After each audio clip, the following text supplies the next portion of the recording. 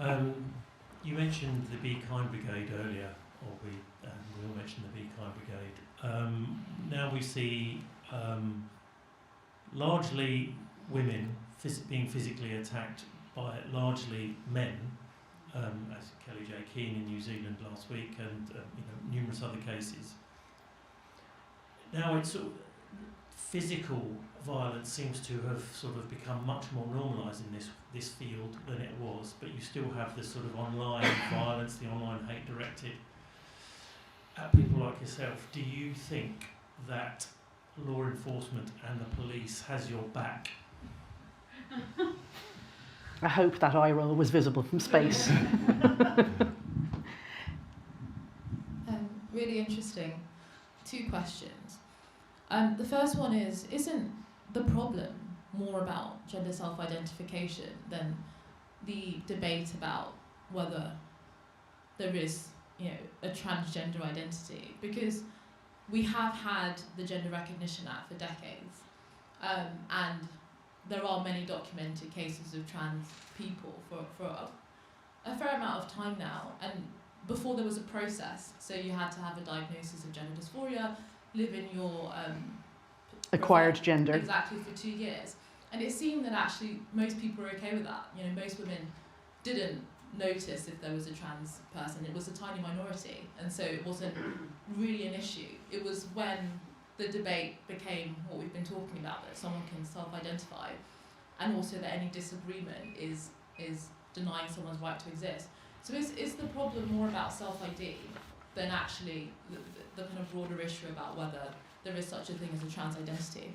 And then my second question is just that the difference between sex and gender, and that kind of feminist idea that gender is a social construct. And I do hear radical feminists talking about the need to abolish gender. I know, yeah. But actually, is there such is the distinction so sharp? I mean, you talked about reproductive strategies, but oftentimes actually our sex behaviour is also a reproductive strategy. Yes. And actually, a lot of boys, they want to be told how to be a man. They don't want to just reinvent the wheel and make it up. So that division, is it so stark as what some of these radical feminists claim?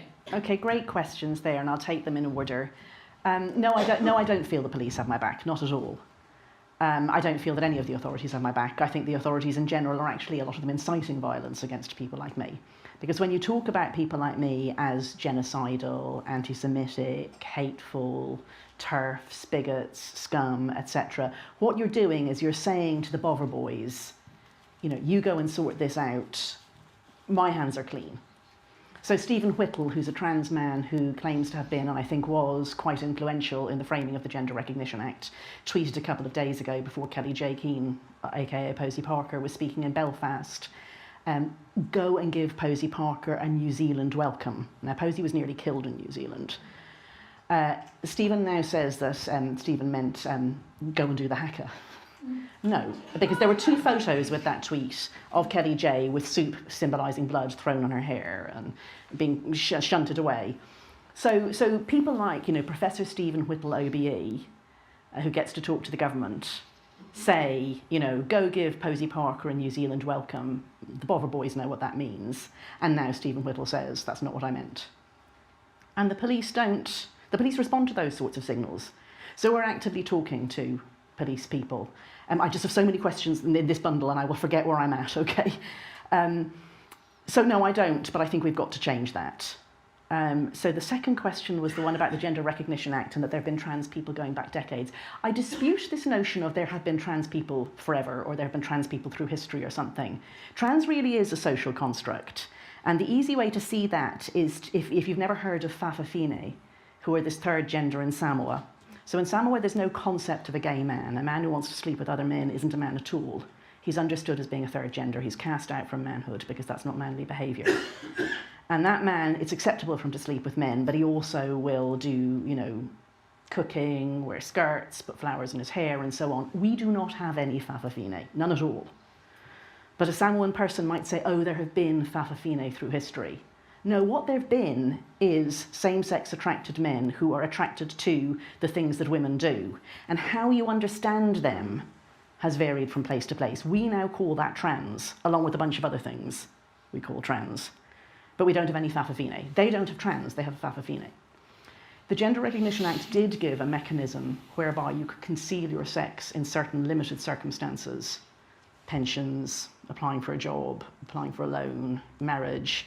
That was kind of then extended to being in lots of other situations. And a lot of legal ambiguity has led us to where we are now. I would say that it was a badly drafted law in the first place. Thanks, Professor Stephen Whittle, OBE. And then the third question was a really excellent question about gender and, you know, abolishing gender. Another meaning I should have said of gender is kind of just a statistical observation of the fact that women tend to be more feminine and men tend to be more masculine, which is true. And totally what you would expect in a mammalian species with two sexes. Like, obviously women are going to like babies better than men. We're the ones who end up bloody well having to not kill the fuckers. So, you know, it just, and you know, men are bigger and stronger and more violent. Of course, they're just going to be more interested in those awful films where everybody's shooting everybody else. You know, it's just, there are going to be these statistical patterns. I'm absolutely not a gender abolitionist. I think it's just stupid. My friend Helen Dale, who I think, you know, many people here will know, says that, you know, the transgender activists say that evolution worked only from the neck up, and the radfems say that evolution worked only from the neck down. I believe it worked on the whole organism.